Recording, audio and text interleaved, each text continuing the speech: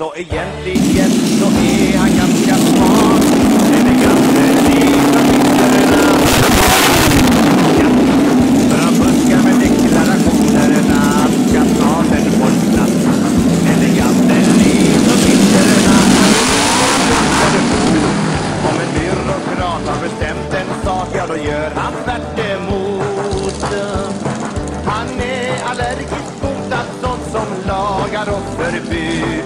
Och får han syn på en slutad rut, han säger att politiker är maskiner.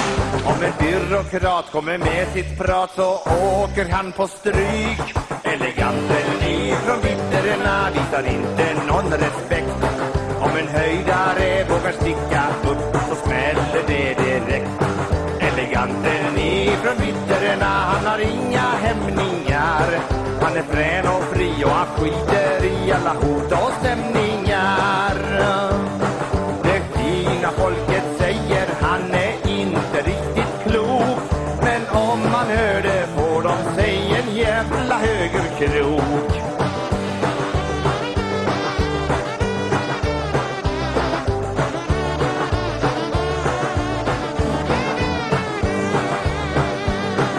Ibland så far han in till stan och köper brännevin. Sen tar han sig några huttingar och blir så rund och fin. Och så jag kontoret hämtar han veckosland. Och naturligtvis är en polis, det är alltid likadant.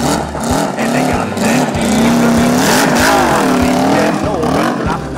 Så han kör ut mitt framför slutarna.